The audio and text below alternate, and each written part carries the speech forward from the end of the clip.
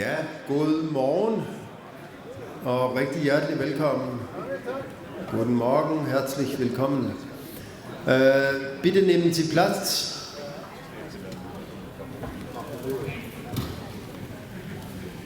Det tror jeg alle forstod.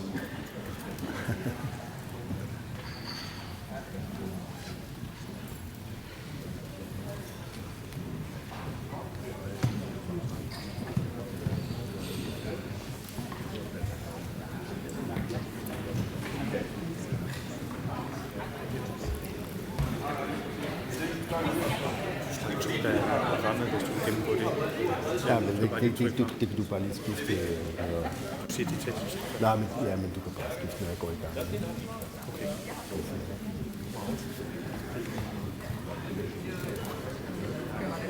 Good morning, everyone. My name is Steve Winter, and I will be the moderator today. And I just want to say to you that my introduction speech will be very short. It's actually no longer than this. My job is it to introduce the speakers today. Also, I would like to give you a few hints about the program today. You see the program on the screen, so I will not take your time by going through the program. I just want to say to you that after we've had this business conference, we will go to the stadium where we will have the official opening of the football games this afternoon. On behalf of the organizers, I'm very happy that so many people have chosen to attend this meeting today. Approximately 140 people have registered for the conference today, and I think considering it's holiday time in Denmark and Germany, I'm very satisfied with this number, and I'm looking forward to a good couple of hours together with you. The first speaker today will be the mayor of Guldborgsund, John Brother, please.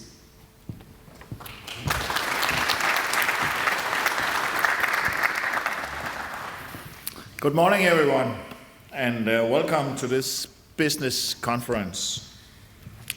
We had a very good day yesterday evening where we opened opening Belt Cup with the chairman of the Association Football of Germany and Denmark, having them in Guldborgsund and Lolland-Falsters at the same time was quite big. Big is also the Femern Tunnel. As I used to say, those of you who are not yet millionaires have a big opportunity to be it within the next 10 years. So it's just to do it.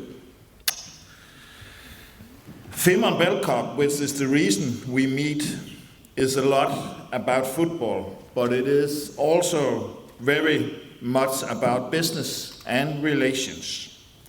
Therefore, I'm very happy to see this many guests here today. I will start by welcoming our guests from Germany.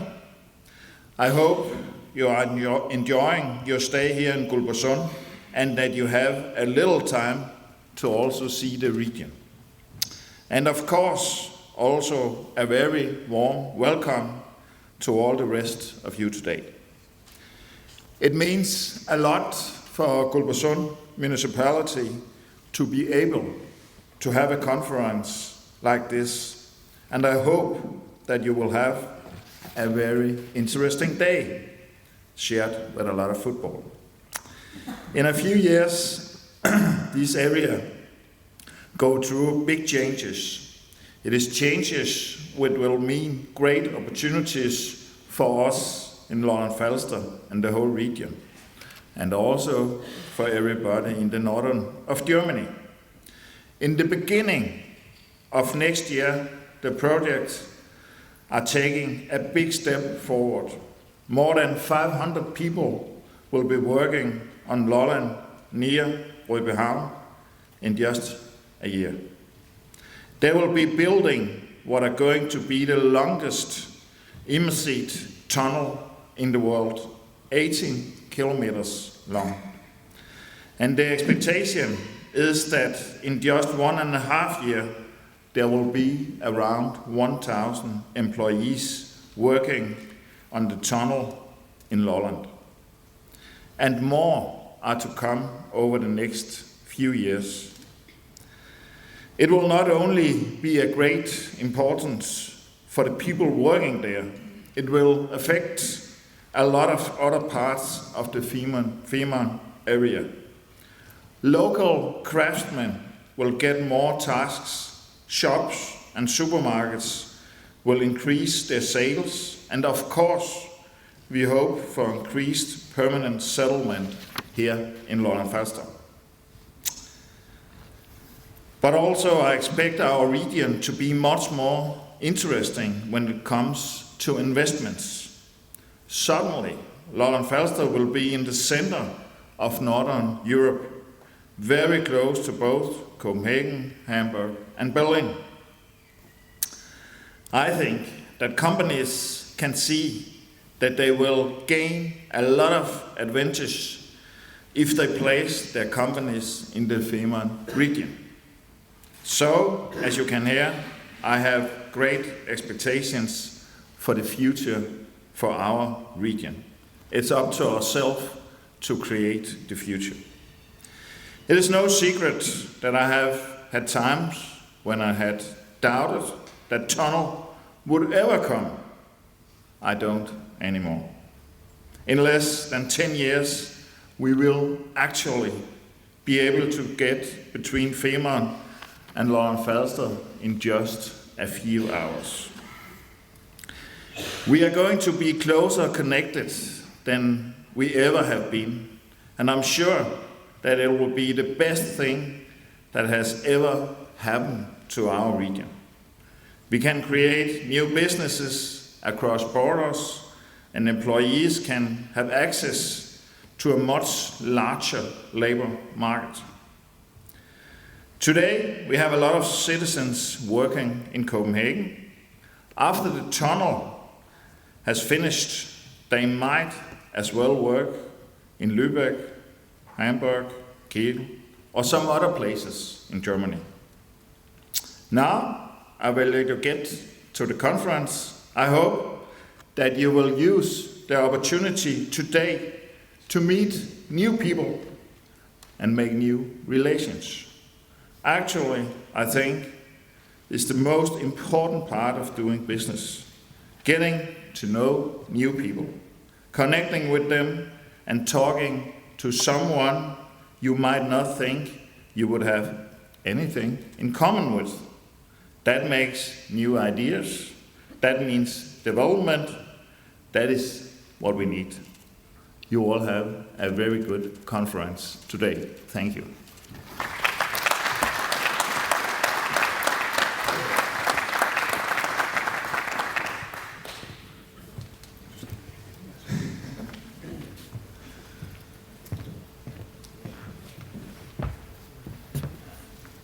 Ja, tusind tak til John Brader.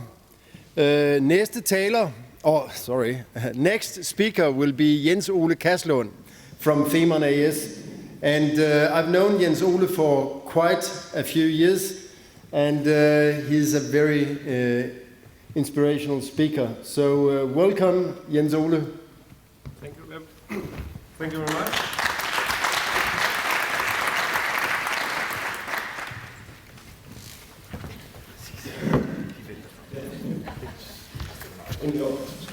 Not to make too confusing here, I think I will put that down, otherwise it will tilt.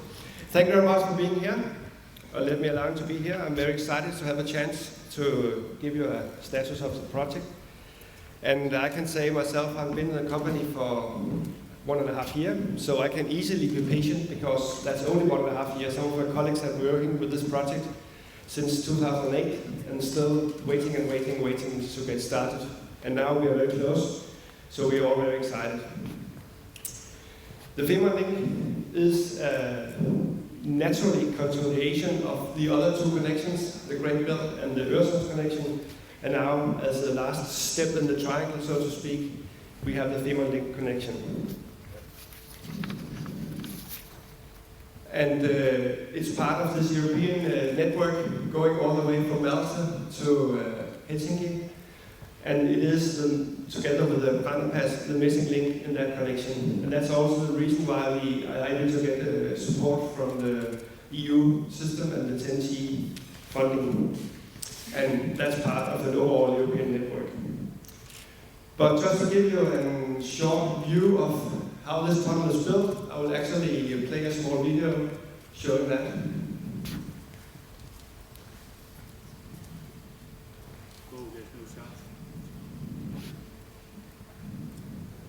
This animation shows how the tunnel will be built. The majority of the tunnel elements will be produced in a factory east of Lolland-Falsters. The factory's facilities include production halls, docks, and a working harbour. The halls, where the reinforcing modules will be prepared, are marked in red. The factory will also have 8 production lines for casting the concrete elements. Production will take place in a continuous process, in which 9 identical segments will be joined together to create a complete element. The finished tunnel element will be pushed in a dry dock and prepared for transport. Each element will be 217 meters long and will weigh over 70,000 tons. The tunnel will contain 2 railway tracks and 2 tubes, each with a 2-lane motorway and an emergency lane. A service emergency corridor will be located between the motorway tubes. To prepare transport, watertight bulkheads are mounted and the dry dock is filled with water until the element floats. Now the floating tunnel element will be towed to the deep section of the basin. The water level in the basin is then lowered to match the level of the harbour. The dock gates are opened and the element can be towed out. The element is towed to a holding area near the location where it will be immersed. It will then be immersed in a trench that has been excavated in advance while the element was being constructed. In the holding area near the trench, the tunnel element will be hooked up to floating pontoons. Then the element will be towed to its immersion site.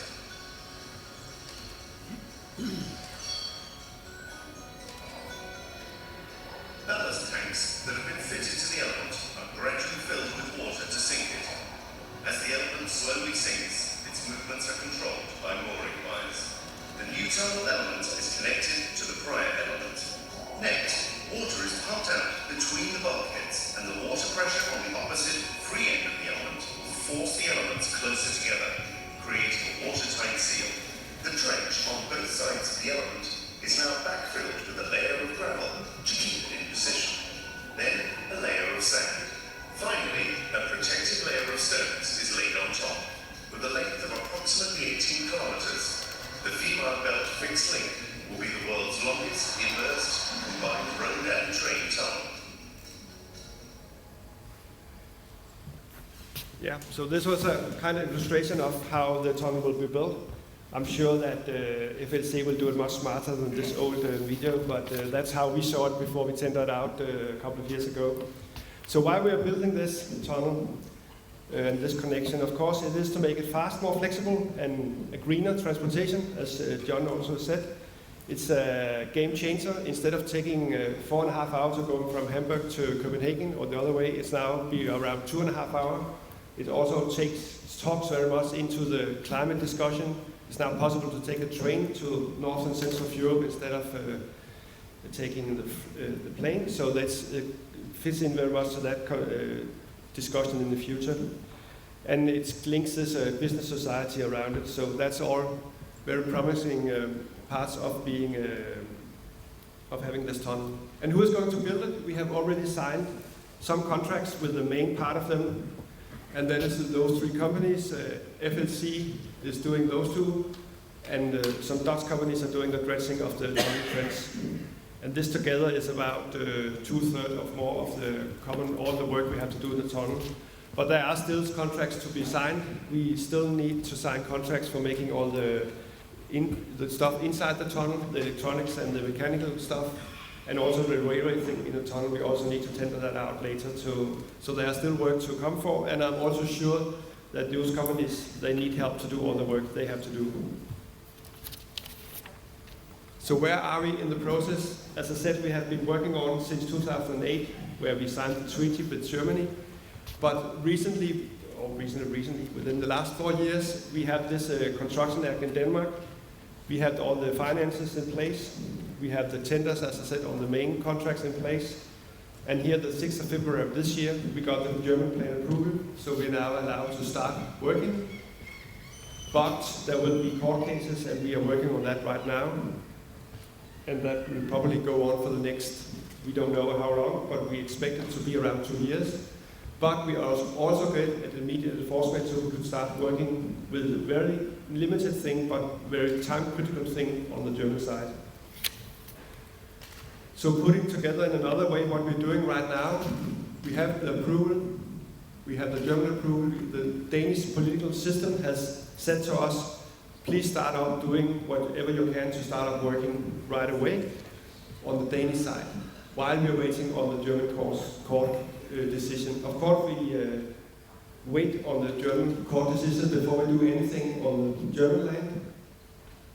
So, but we can do some limited work on the German side based on this immediate enforcement. So we're working on that. We are doing everything we can in the court case. We don't know exactly how long it takes. So we just know we cannot start in Germany until that is finished.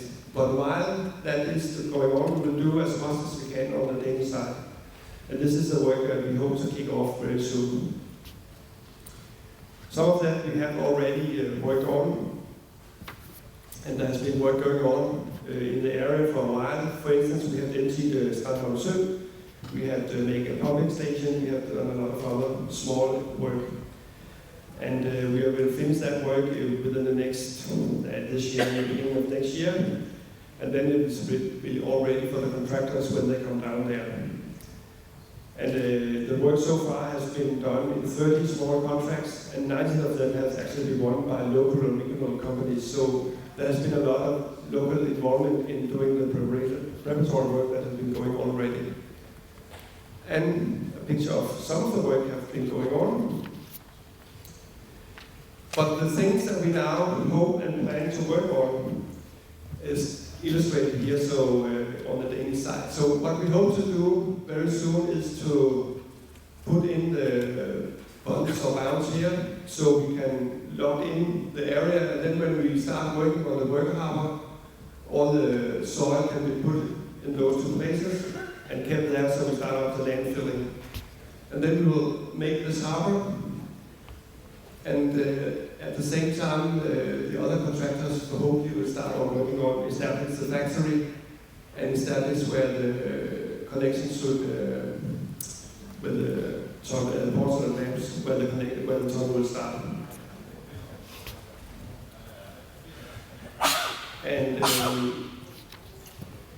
as I said, that we will prepare, the contractors will hopefully start the work, and they will start working hopefully this year or beginning of next year, by a lot of, first do some preparatory work, of course, here in the area, make sure they can start working and make a lot of paperwork, but they will also start working on making, first of all, this work harbor.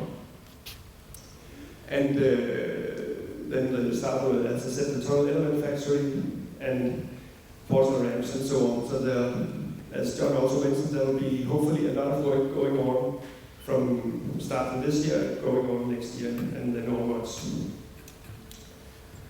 And altogether, what we have to do in the long run is, of course, to make the factory, have the harbor work, porcelain ramps, the camp facilities where all the workers have to live, and then we have to make this new land area of both sides of the Rødby Harbor. And then, of course, we have to make the tunnel threads and put the tunnel out there. And on the German side, there's much less work. There's no factory. There is a small harbor. There's also a porcelain ramp, and there are minor camp for these fewer workers, and the small land area working as well. And the green ones are the ones we're starting up right now. The rest, we have to wait until the German court has decided exactly how it should be and when we can do it and under which circumstances. So what is the status on the German side and this German plan approval? There has been 8 complaints 3 of them from ferry companies or the ones sailing down there, then one from Femernbelt, one from other municipalities, one from the NGOs, 2 from the NGOs and 1 private landowner. So 8 complaints altogether, and right now the 8 complainants are writing on and filling out exactly what the complaints are, and we expect to receive them within the next, we have received the first of them, and we expect to receive the rest of them during the next couple of weeks.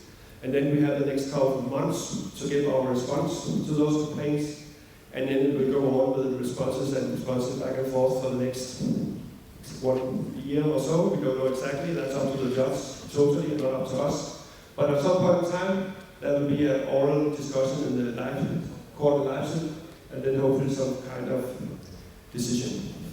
So this is what we are looking for, and Schleswig-Holstein's Transport Minister, Bernd Buchholz, has said the following. I will not read it up in German, but basically he says that he's not surprised that there are 8 complaints, and he thinks 8 is not very many, compared to the fact that there actually was 12,600 who had a written comment when it was out of public hearing, and the fact how much discussion has been on this project. So 8 complaints is not that good and quite promising. But of course it all comes to the content of the complaints and not the number of them. So we are, as I said, working heavily on that while we are preparing starting on the Danish side. And this immediate enforcement, it might not sound of a lot, but it's actually pretty time critical, the few things that we're able to do. One of the things is that we can have made an amphibian fence. Before we have that, we cannot do anything else, so it's quite important to have that in place, and we have that already now. There are some habitats for some birds that have to be in place before we can work on the site. And then we have to make some geotechnical investigation, and we have started on that. We have already been out looking for potential explosives at the bottom of the sea. That analysis have been made, and now we will start making geotechnical boring all the way across. And then the third thing is to get power supply on the German side, so we can also start on that work, and we expect to start sending that out this autumn. So that is activities going on in Germany. So when we got the German plan approved from the court, we can just basically start the next day. And this is actually a picture of the amphibian fence preparation. Before it was there, now instead of all the flaps, now there's this small fence. And this is how it will look in Puttgarden when we finish. This is how it looked at Rødby Harbor today. This is the former Strandhavn, and in the background you see the ferry harbor up here. And hopefully in 9-10 years it looks like this instead. The harbor is now in here, and the rest is being filled up with as beautiful new landscape. So this is the status of where we are. As I said, we hope very much to get in the construction phase right now in a very short time, so we can start seeing all activities going on down there instead of just writing papers that we've been doing for the last 10 years. Thank you.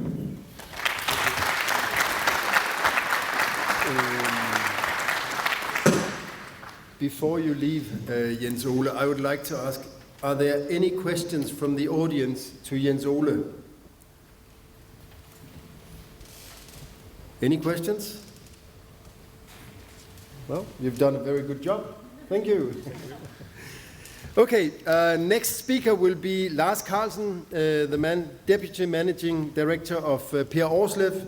And Lars will actually be the person in charge of the construction works here on Lolland. So Lars, I'm very happy you could come today.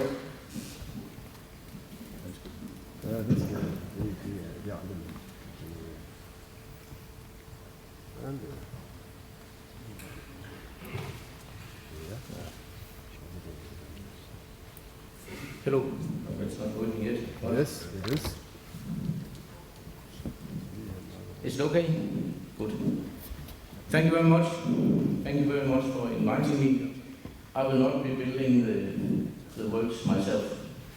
I will be monitoring and looking after it. But just to introduce myself, I'm the Deputy Managing Director of Per Aarsleff AS, I've been working for 32 years in the company, and on this project, now that we're saying that we're all waiting, I can say that I'm very eager to get started, because the first meeting I had in relation to this project was in 1999.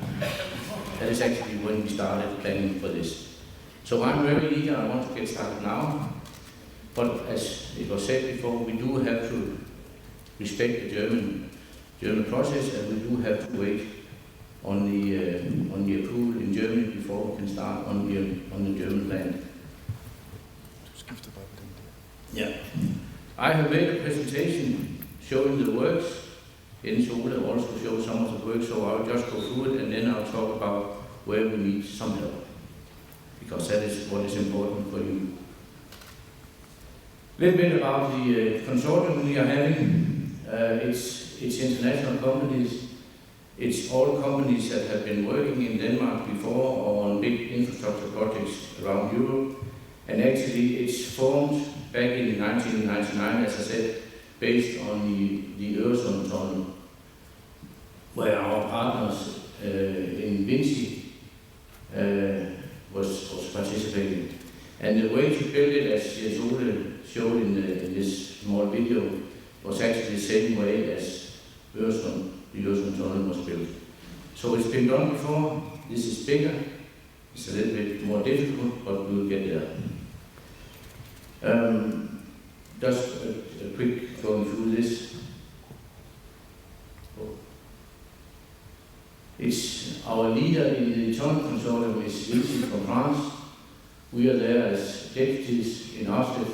Then we have German companies, Max Bögel, Weiss & and we have Dutch company, BAM. We have Dredging International, who's a Belgian company.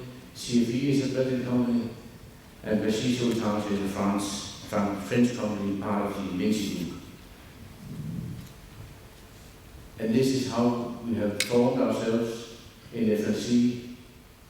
And this is how we are building up for the tunnel and for the port contract. In the port contract, Bearslev is the leader. We will bring a project director, Christian Lundhus, who will start here when we get the go-ahead from the client, which we expect in January. It's not sure yet, but we do hope that we can start the works in January next year. And for the tunnel, it's Hakim Nasser, who's a project director. He has worked on this project now for 3 years, so maybe 4 or 5 years. But so he's also one of the ones that are very eager to go ahead. This is a schematic overview of the works. I will not go through in details, but because some of the things was also shown in Jens Ole Kaston's presentation. But these are the working areas as they are planned. And you can see I don't know if this works.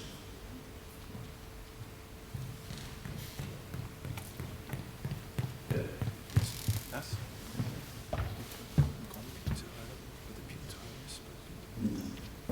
Oh, that was wrong.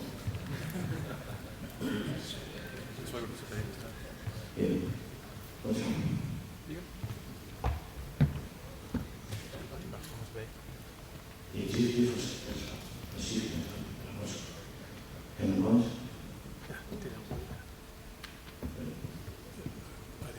It doesn't work on the screen.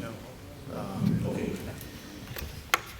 Well, you can see where the tunnel trench is. You can see the different areas of work, and I won't go through it in detail. It's difficult when I cannot point, but actually going back on when we signed the contract, it's about 3 years ago we signed the contract, but it's not a live contract. It's a contract for waiting, which is a nuisance, but that's how it is.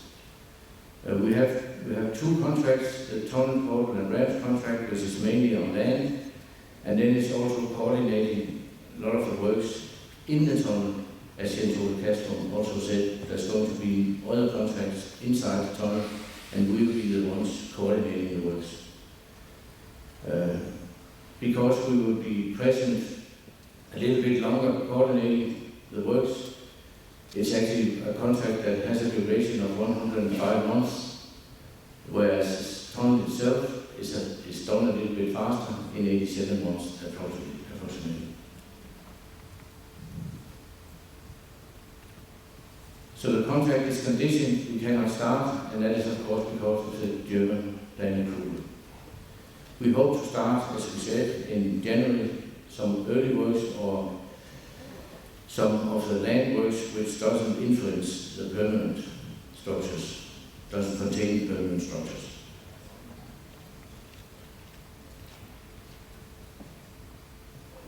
This is the total scope of works, and this is more a drawing of what we are going to do on Femern and on Lolland.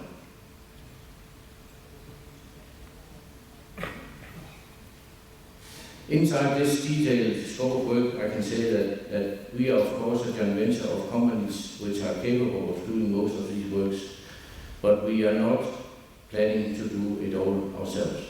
We are actually planning to subcontract a lot of the works. We are only supplying engineers and other staff to come here in Denmark and in Germany, but then we plan to subcontract a lot of it. I have a slide later about where the possible subcontracts are located. This is another schematic view of the so we need to operate both of them. I'll give up. This is a more schematic view of some of the structures on Lolland, where we are building a portal which will be the entrance to this immersed tunnel in the end. And this is more detailed scope on the portal's contracts, both the German and the Danish, roads, pavements, concrete structures, the camp that we are building. So there will be plenty of opportunities for subcontracts.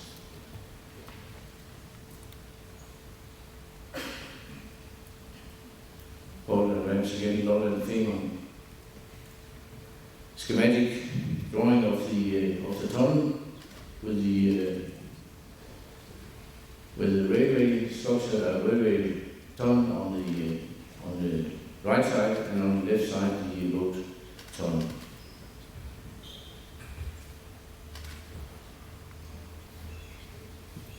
This is the longitudinal section of the tunnel.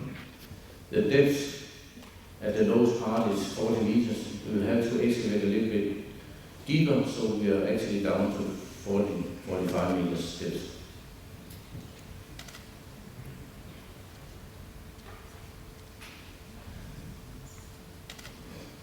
This is the same plan as Jens Ove Castro was showing of the works, the temporary work, harbour, and the yard we are building. You actually had a thing showing how it works, so I won't go into that. This is something we hope to start building in January.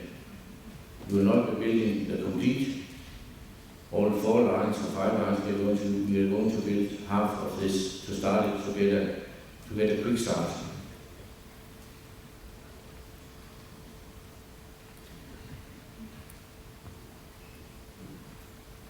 This is the detailed scope of work of the tunnel. Much of this will be very specialized works, which local companies might not be capable of handling, but we are doing it ourselves and then having subcontracts to assist us with smaller parts.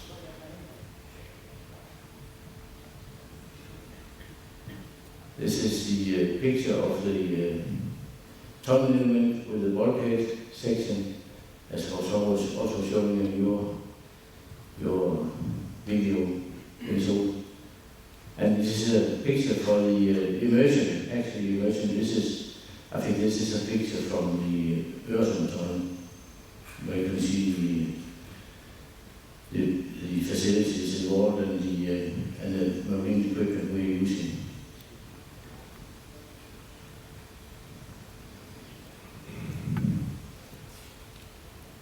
This is part of our contract in the tunnel portal and ramps. these parallel work sections when we are assisting with the coordination of the complete link.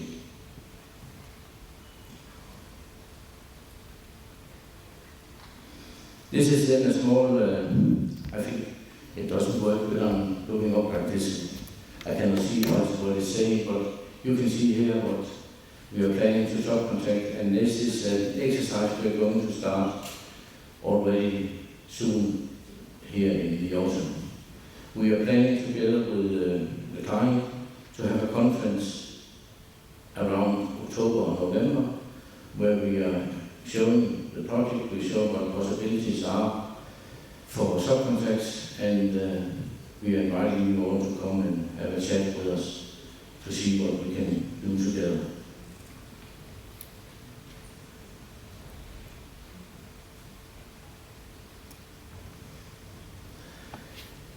Just to go a little bit back, I was also involved in the Femernbelt project. I was involved in the Øresund tunnel, and I hope also to be involved in this before I go home for retirement. So we have to get started.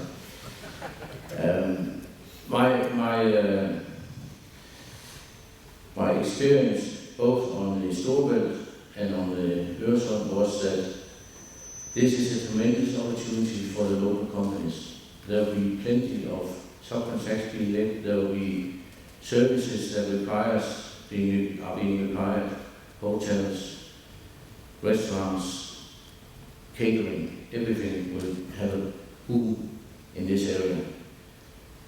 On the Øresund tunnel, I didn't experience it that much because it was of course in Copenhagen that the works were being built, and I mean there's plenty of activity there anyway. But this will have a tremendous impact on the area. It's going to be unbelievable what possibilities there will be for local businesses.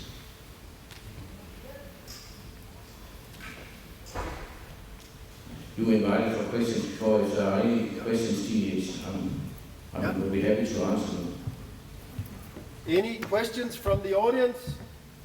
To Lars? Yeah, welcome. Hello, my name is Caitlin. I'm coming from Lokal-tv. My question is about how this project has been delayed. And you don't need any more delays. Yeah, my name is Caitlin. I come from Lokal-tv. And as we all know, this project has been quite a while, and you don't need any more delays. Do you have any strategies how to handle the local, like 3F and all these elements that is probably going to come to your to your site and make a little trouble like they had at the metro building sites because of foreign workers and the companies and a lot of subcontractors you're going to invite? Do you have any strategy regarding that? Yeah, I mean, if you're comparing with the metro, we have the strategy to behave properly. I mean, we do not expect any delays for the labor unions and 3F and so on. I mean, we have worked as a Danish company. We are doing works on big infrastructure projects in Denmark, the Mastersund tunnel and so on. So we do know how to behave, how to work together with the unions. I do have, in the consortium, I do have partners that do not know how we do in Denmark, but we will have to be there to make sure that this runs. And in that connection, we do have already now cooperation with 3F. We do have cooperation with the local authorities, with the mayors and the Lolland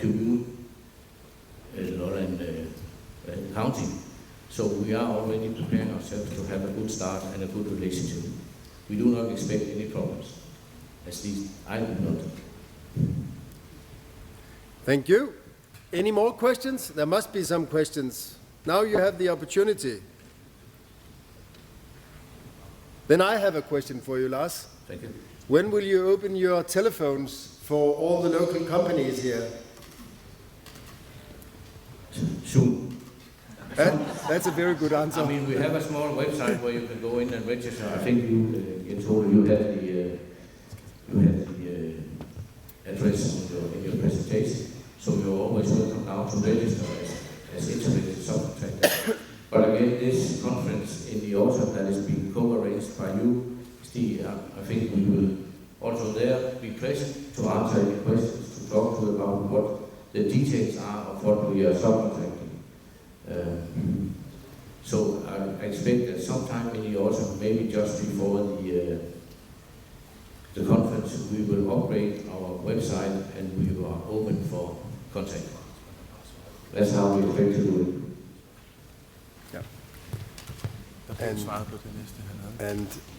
And I can inform you a little bit about the conference Lars was mentioning. We intend to have a conference in the beginning of November this year, the Femernbelt Business Conference, which will take place on Lolland-Falsters.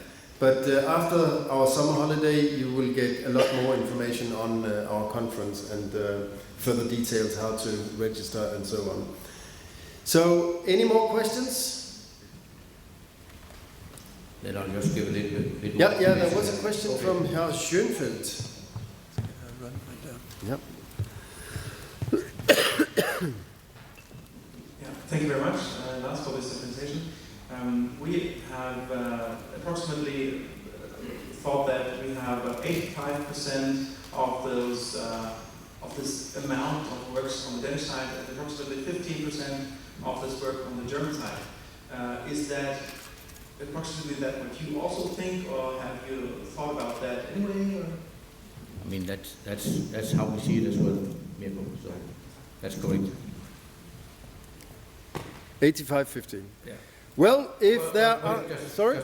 I want to add another thing, because this is just, there were some figures mentioned about how many people will be working on the site next year. I think it was said that it will be 1,000. We cannot confirm that yet, but at one stage we will reach up to about 2,500. Of course, we are working to get more of the physical works, more of the work for the labor, to get that digitalized and robotized, or whatever we call it, to have equipment working more than people. I mean, to make it a more safe and healthy environment to work in. I mean, we are focusing on exchanging persons with equipment, with robots, and that will of course be a thing we will try to do. Very hard to get maybe some savings on the number of people that are, because it will be very difficult to mobilize 2,500 laborers in this region here and have them working efficiently from day one. So we need to ramp up with a mix of robotization and people, and also to be sure that we are working under good health and safety systems and not harming anyone. So we will ramp up to 2,500 at some stage in the project, but we are trying also to keep the number of laborers down for economical reasons, but also for health and safety reasons. Yeah, thank you. That was very interesting, Lars. Good news. Good. I will then thank Lars very much. Thank you for coming, Lars. Of course, Lars has shown a lot about what will be going on during the next years on Lolland, meaning that a lot of companies will come to Lolland in the coming years. That means competition. So you will have to compete with companies not only from our own region, but also from all other parts of Europe. And what is competition about? No one can tell you better about how to survive in a competitive world than our famous kager, René Holten Poulsen from Maribor. Yeah, you can put. So let's not talk about any tunnels or bridges. Anyone agree? Jesper, hvad for en af pointerne skal jeg bruge? Kan jeg høre, hvad jeg siger? Hvad for en af pointerne skal han? Jesper, har du slået headset til? Ja. Den skulle være spændt. Hello. Ja. Danish for shit, that's word. Where's the thingy?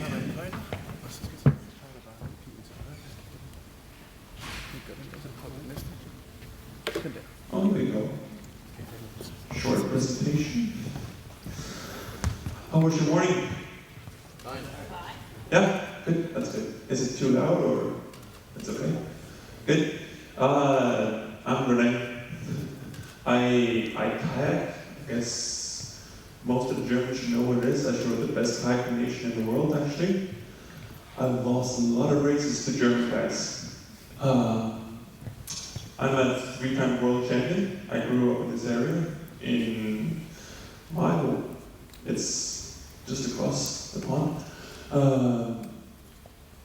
6-time European champion, Olympic silver medalist, blah blah blah. I've paddled since I was 12 years old, and I'm 30 years old now. So for about 18 years, I would say that every year I paddle about 6,000 kilometers.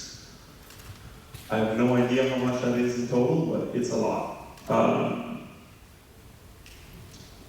Anything else you'd like to know about me? No. You guys know. Okay. So I've been asked some questions by Jesper, the guy down there who runs up here every time something doesn't work. How do I prepare for a competition? I'll make this very short, as he only gave me 20 minutes, and I could probably talk about this for a few hours. Guess it's not that exciting for you. Basically, I train. I do the work that I do every day. I go out like everybody else.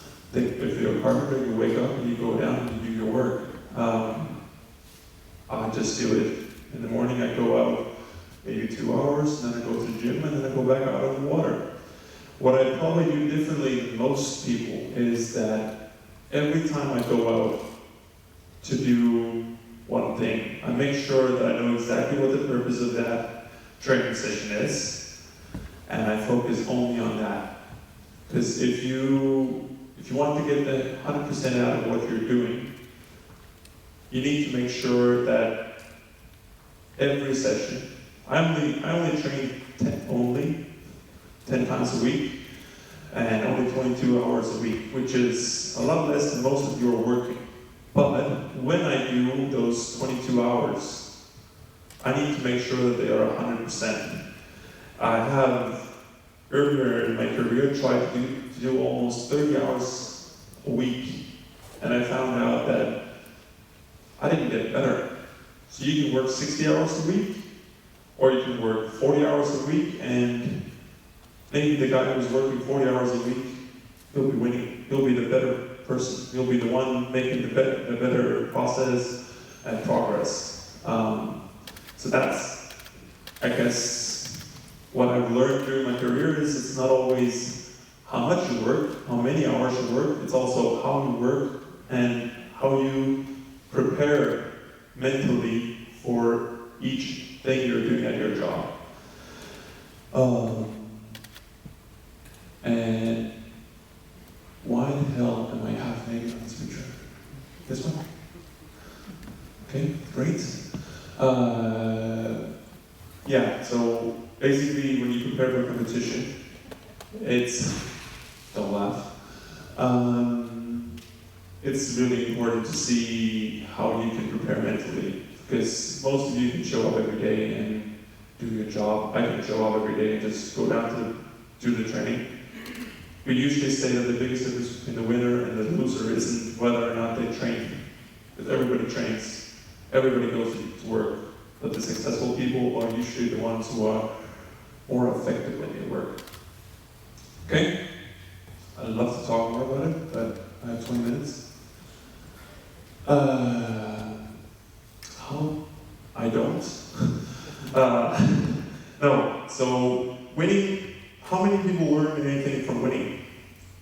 When you make a big contract and you make, I don't know how much money, say that's winning from, if you got a normal education and not a hacker, you don't get a round little piece of metal to bring home in a nice gold medal or something. But for you guys, I guess you look at your paycheck or you look at whether or not you succeeded with your goal, building a tunnel or house or whatever you're building, or a business. But if you don't succeed, that's actually where you are learning the most. So if you get that gold medal, I was a double world champion in 2015, and everybody was like, yeah, this is so great, including our mayor. Everybody was very excited. Everybody around me and myself. But if I were to say where I learned the most, it was probably in the last 2 years where I haven't been on the podium in the event that I wanted to be in the podium.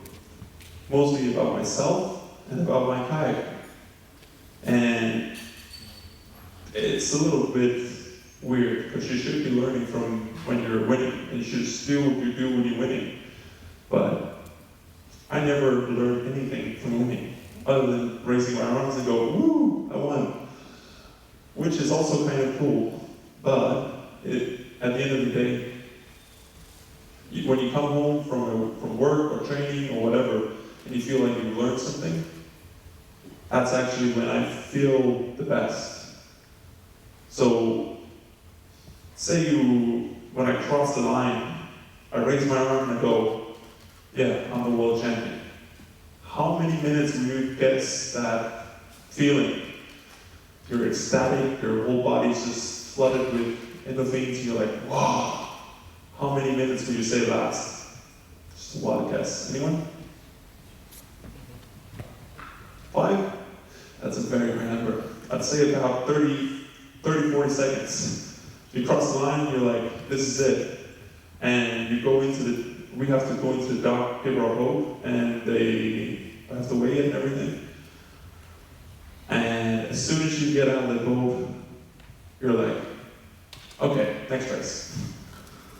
It's not a very long time. And then you get the feeling a little bit again when you get to stand on the podium and everybody's cheering for you. But that's mostly for your glory. The feeling of winning is very short. So you gotta find a way to get that feeling every day. Mostly in your training. And it's not about the gold medal. That's just a piece of metal. You gotta find everyday achievements.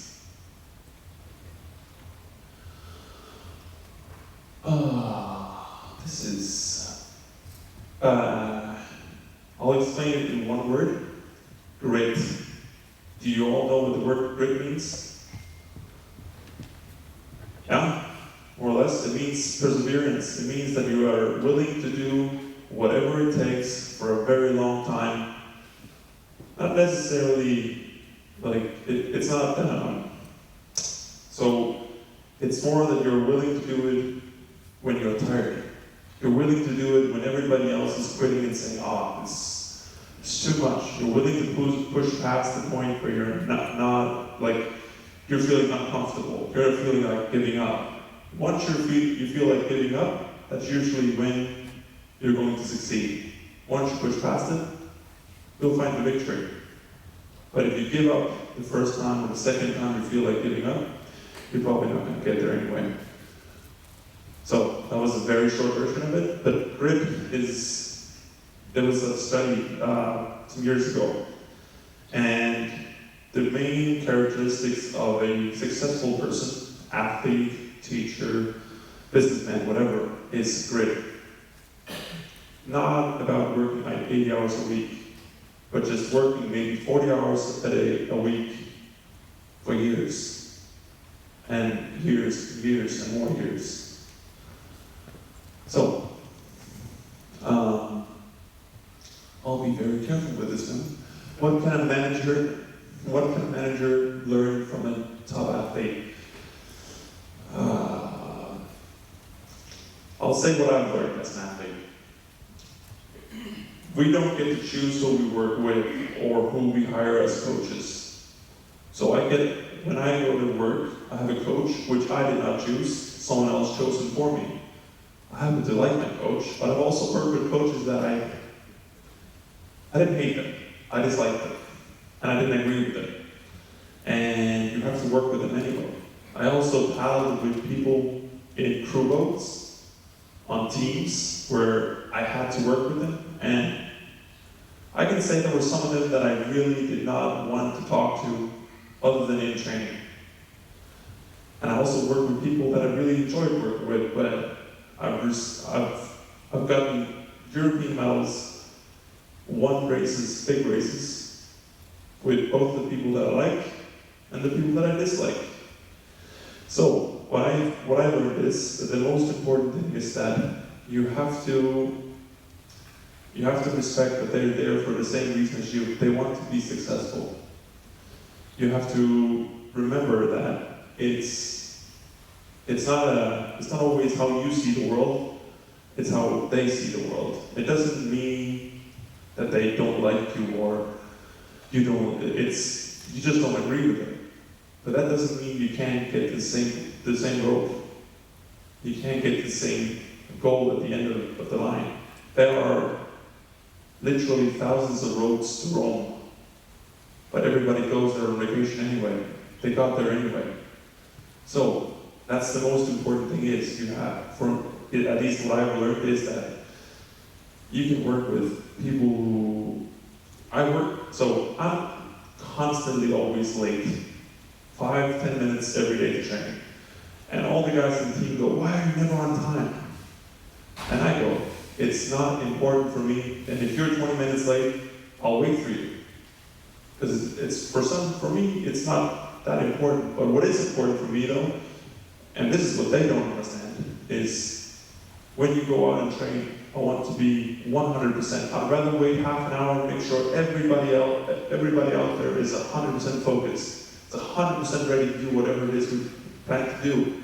Because if there's one guy out there in a training group of 6 guys, who's, let's say we do an interval, 4 minutes something, just 4 minutes hard work, and then after he goes, looking around, and he comments on this good-looking girl coming past him, and he's like, oh, have you seen this girl? I was like, we're training, come on. And it may seem that like it should be like, oh, you should be on time, you should do all this, you should do all that. But sometimes you have to accept that not all people are the same. Not all people work in the same way. And saying to one person, you have to be here at 7, doesn't necessarily mean that he'll be working at his best at 7 o'clock. Maybe he's working better at 8 o'clock or 9 o'clock. So sometimes you have to look at the person you're working with and go, how do I get the best out of this guy? How do I make sure that this guy makes me better? Instead of just trying to force your way onto him. Look at how he's doing it. Ask yourself, does he need to do it my way? Or maybe we can meet in the middle. Maybe I can be a little bit early on time, but maybe he can be a little bit more focused when we train. Can you make an international parallel? What have you learned from working across borders internationally, other nationalities? On this picture up here, there is, I don't even know how many Olympic medals. Adam on the left it's Adam Nykøbing. He's from Canada. He's now running for some kind of government in Canada. I'm not sure if it's regional or the whole country. He's a 4-time Olympic medalist, Olympic gold, Olympic silver, and Olympic bronze, and one more, I can't remember.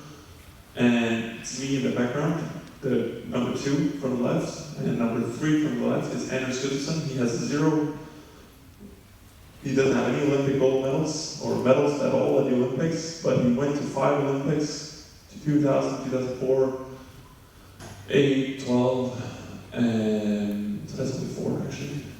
Anyway, he's a world champion. Erik Larsen on the right side is a 2-time Olympic champion, and he's from Norway. So we have there's 4 different countries, and this is a training camp in November 2011, and we're training together. These 4 guys up here, including myself, we're training together, and we were competing against each other. We're all fighting to win the 2012 Olympic gold medal. Why would we train together? Most people have the idea that when you're competing with someone, you have to hide your, you have to stick to your thing, stick to yourself, and don't show anybody your secret. Because it's a big secret. How do you make it to be the best in the world? Let's just be honest. There is one way only to be the best in the world. Trust yourself, work hard. That's all. You can't, there's no magical, oh, we invented something, unless you're Elon Musk or something. And eventually everybody else is building electrical cars anyway. So, the thing which I learned is that the great thing about working with your competition is that you get to lose all of your, on a daily level, you have to protect yourself. You're working with someone you're in a team with. And you have to be like, what should we say? You have to protect your status in the group. But when you're working with your competition, you're all the same. You all want to go in the same place. You all want to stand on the top of the podium.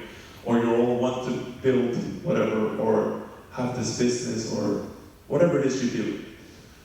And I think when we were training together, or when I'm training with someone internationally who's my competition, we go out and we race in training like it was world champs. So every day we went out, practiced like it was the world champs, like it was the Olympics. So every day we got very comfortable. We were very comfortable at competing with each other. So finally, when I lined up at the race, and at this time I hadn't won a World Cup yet, and the first race I lined up to, I always had this idea that I was great, I was good enough to win and beat these guys. I had the physical capacity, I had the mental strength and everything to win, but I never actually beat them. But at this time, 22 years old, I would say, you know, when you're 22, you're like, I believe I can do anything. Actually, 21 or 22. Going after this camp, a few months later, come home when I start, we go to a World Cup. And the first thing I noticed when I lined up to this World Cup was, I was not nervous. And the only thing I had to tell myself was, you don't have to do anything you haven't done before. You just have to do what you did every day in training. Compete against the best guys in the world. Go, see what happens. And accidentally, I won. Other things, which I learned both in Denmark. I lived in a ghetto in Copenhagen. That's where when you come to the national team, you move into a ghetto. Because it's close to the lake. That's not just the ghetto, it's cheap and it's close to the lake. Anyway, what I learned that there is, because there's a lot of different cultures, and this is something funny. I guess it's the same in Germany or Denmark.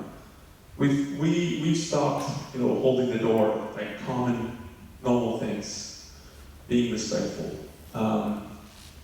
There was an old lady, she did not speak a word of English at all. Not even thank you. But she came down and I was like, oh, now I have to open the door and I can't. And she held the door for me. I was like, shit, we forgot that. So what I learned traveling the world, doesn't matter if I was in Tanzania going to Kilimanjaro and the guy doing the touring, he was like 40 years old, called himself Photo. I don't know what his real name was, but he called himself Photo because we could all say that. And I was like, what do you do? I do this. 6 months a year, I don't see my family. I climb Kilimanjaro, walk down again, climb Kilimanjaro, walk down again, and he does that every week. Every 10 days he'd walk up and walk down. And he was so comfortable to talk to. He was just like a chill guy, and you were like, he didn't have he didn't think anything about me before he talked to me. It wasn't like, you're Danish, you must be like this. Or you are Swedish and you must be like this. We are very, very quick at saying, you are German, so everything must be like this. Just because you're German doesn't mean that you're on time or whatever, or just because you're Danish doesn't mean that you eat Danishes, or that you're lazy or whatever. So that's what I learned. You can't judge people by the looks of them, or where they come from, or what religion, or what color, or whatever they do. You have to talk to them, you have to be respectful, you have to listen to what they have to say, because you might learn something. Go to Japan. They're completely different people. But once they are sitting down and you're sitting on the ground and eating, they talk about the same stuff that you talk about. They have the same issues, they solve them in different ways. So that's probably what I learned the most from traveling. Yeah, there you go. Any questions? Real quick. Any questions? Yeah.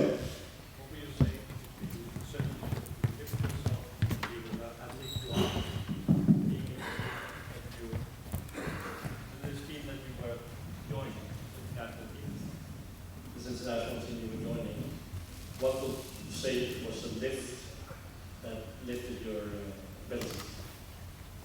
So you're asking how much you'd say I improved from? As an athlete, what's Yeah. the maximum you can actually lift? So when you're training with someone who's slower than you, most of you guys are, I'm guessing, very successful in what you do. Holger is a very, he owns the fucking city. He's the king.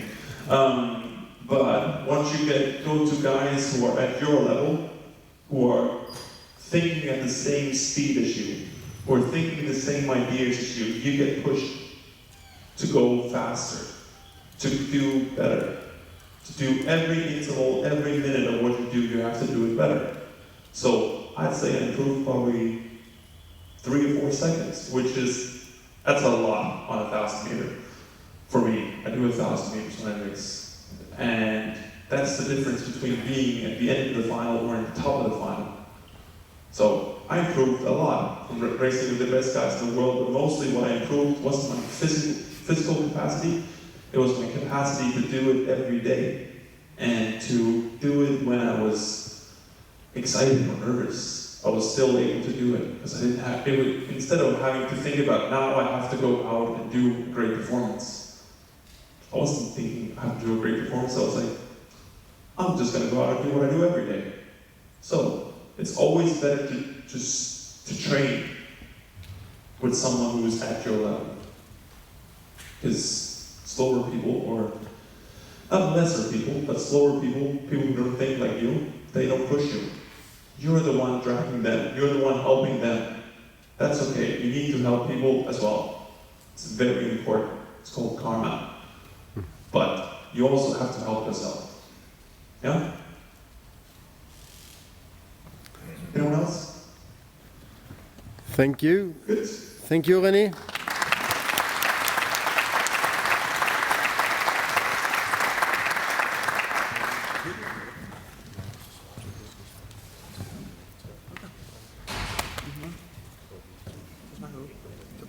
Ja. Næste taler på listen, det er borgmester Holger Skov Rasmussen. Next speaker is the Lord Mayor Holger Skov Rasmussen, who is also the chairman of Femernbelt Development. Welcome, Holger. Thank you.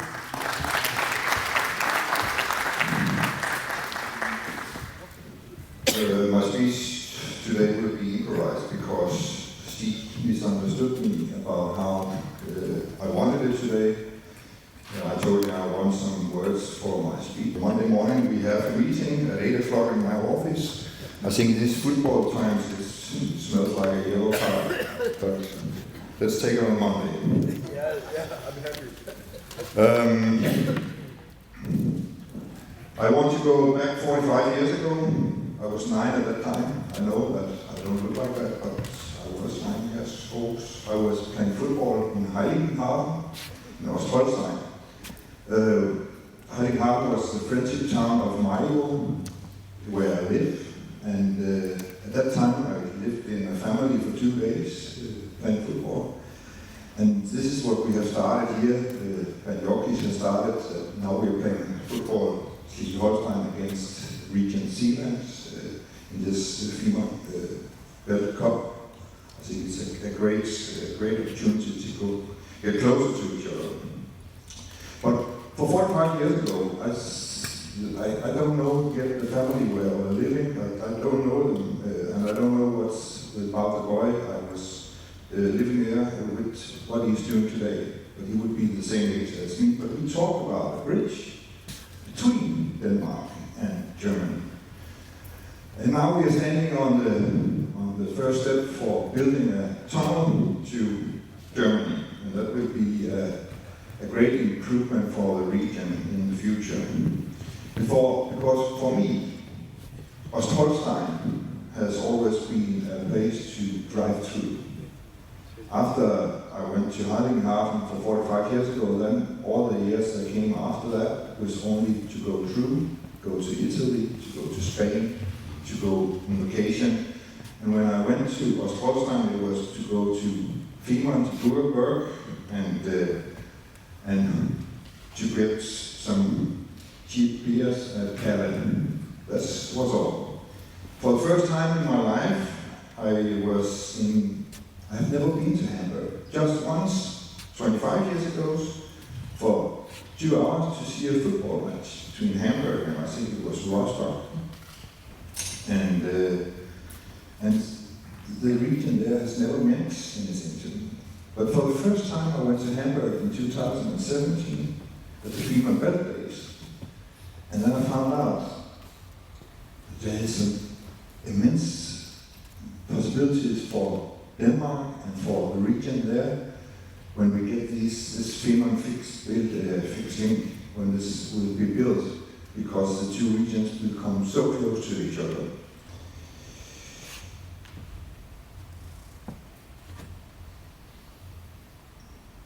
It's new.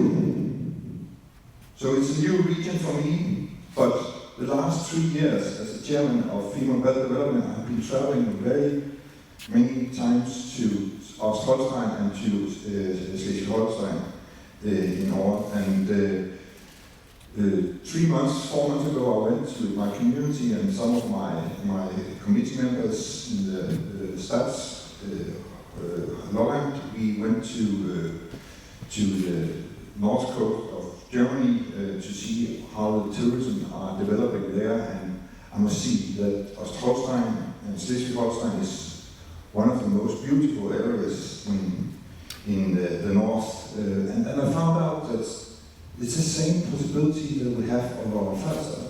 It's the same coast, it's the same region, it's the same landscape. So we have very many possibilities on Lolland-Falsters to develop our area.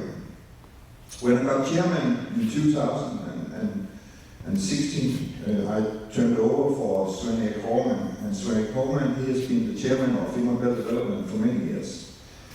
And this one thing I took bits from him was that what's need to be done now, because he has worked a lot to be sure that the factory where they are going to build the elements were put into place on Lolland so that the workplace will be there. That will be for some of you a very good possibility to, how John said it, that you be millionaires by being supporters to the building.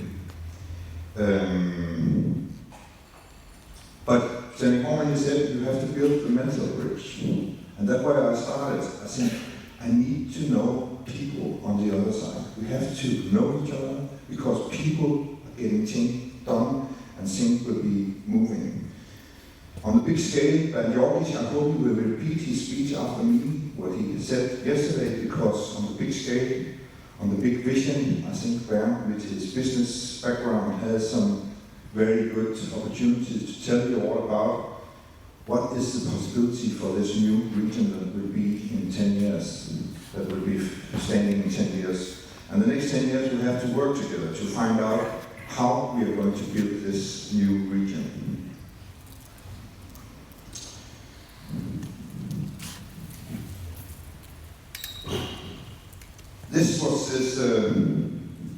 what I have been concentrating about was to bring people together.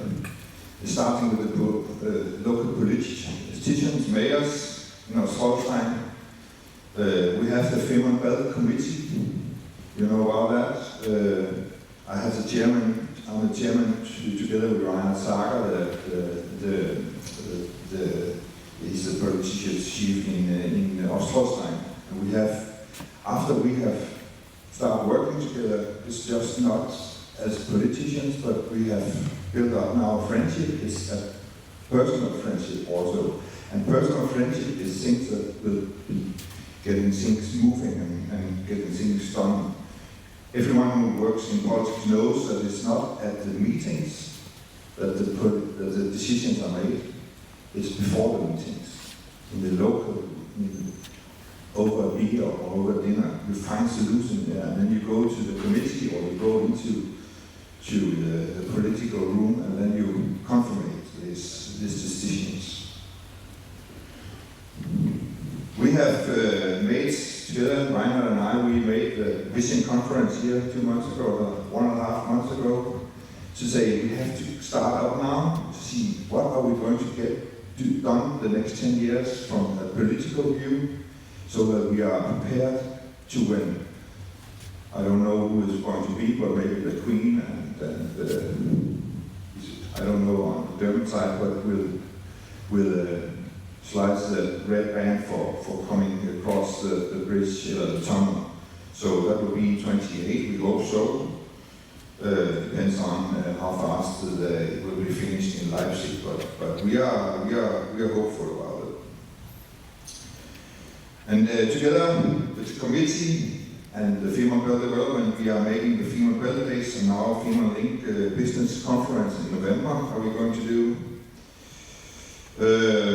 So it all starts with bringing back the relation for politician, developer, business people, and medias. Medias are very important also to you. And that's only in one purpose, that is to bring people to knowledge and people together. That's the most important, because if we do that and we get the people with us in this next 10 years, then we have the possibility to make a great region.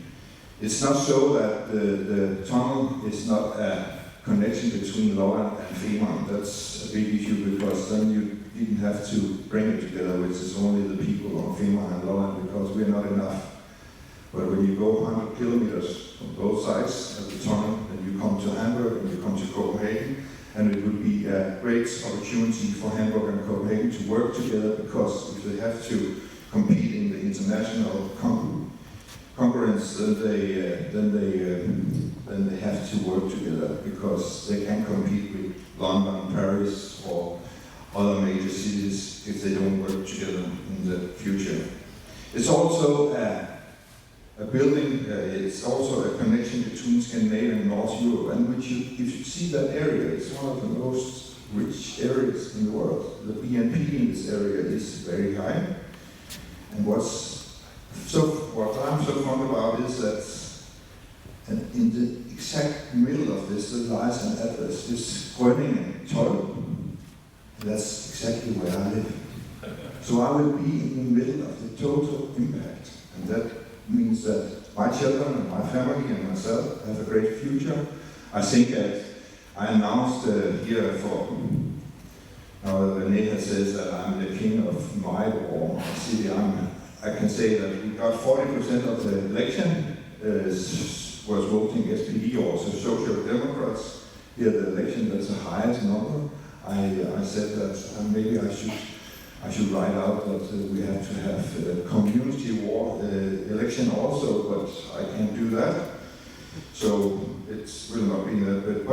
But I announced that I will stop being a mayor in Lolland, and the date that will be in October 28. Then when the tunnel is finished, then I will go on pension. Thank you.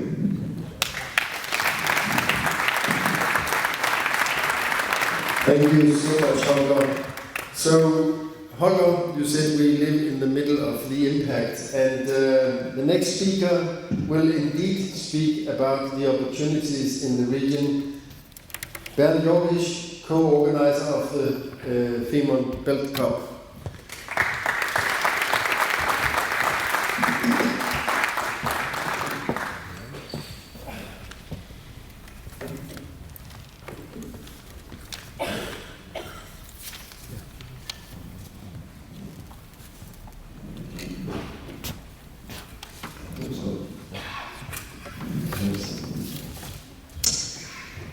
Yeah, thank you very much. Dear Danish friends, ladies and gentlemen, I'm very glad to meet you here in Nykøbing, and I greet you from the German Hansebelt region. Holger, thank you very much for your speech. We follow one common goal. We want to improve our region and build up a successful future region. That's our goal. In this part, I'm very happy that they join us. The president of the Chamber of Commerce in Schleswig-Holstein, Friederike Kühn, it's a very important point that we see you here. Please go up, that we see you. You are here for the economy of Schleswig-Holstein, and the same is the honorary president from the Schleswig-Holsteinischen Fußballverband, and Herr Meyer and Herr Döring, the president from the Schleswig-Holstein Fußballverband. It's a very good sign that you sit here in our business conference. Thank you very much. Go up, let the people see you. We work together, sport works together with business. So this is very good. Denmark is building the Femernbelt tunnel. We heard about this in our today business here. And we together, the German people and the Danish people, we are building a region of future, or a future region as you like. Two European centers of power, two metropolis, Hamburg and Copenhagen, will be directly linked by the new Femernbelt tunnel. This leads great economy impulses, and we are all right in the middle of this. A new European future axis is formed between Hamburg and Copenhagen. You can this here see at the map. Our new common region is called Femernbelt region. It will be a successful region in business and science. More than 9 million people live in this region, and they are looking forward with desire for future. Ladies and gentlemen, yes, we have to remember, yes, there are also some people who have questions or comments about the fixed link we built. These questions must be answered, but believe me, the huge majority in Germany, and especially in the Hansebelt region, is looking forward to the tunnel project and our common region of the German side. I promise you that it is so.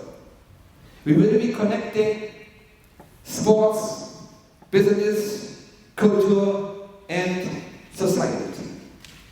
This Belt Cup, we go in a few minutes on the other side, in the sport. This Belt Cup is one example for this.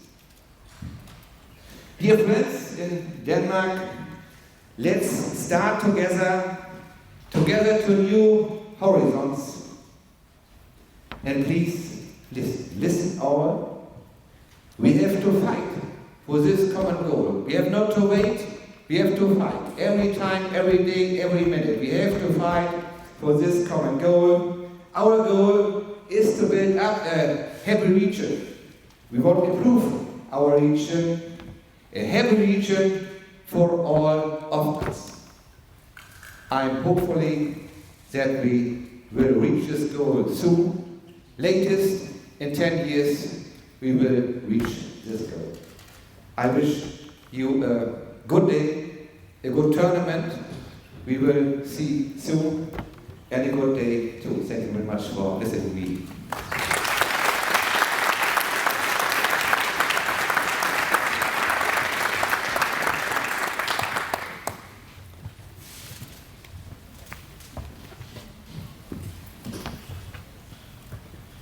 Thank you so much, Bernd.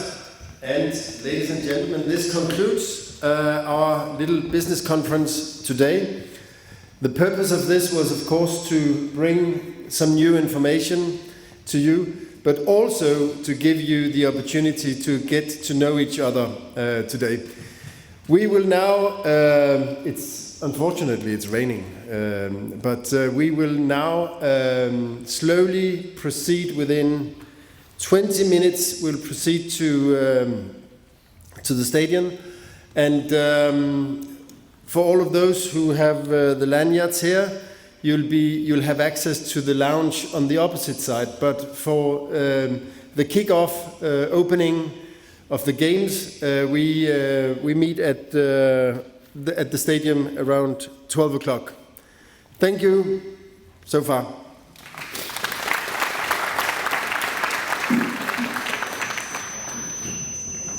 And there's plenty of coffee down there, soft drinks.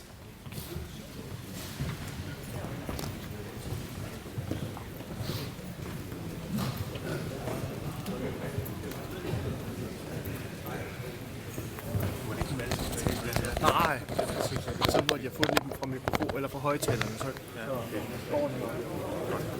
Ellers så skulle vi, jeg ved ikke, om hvis jeg er den kultur med. Ja. Ja.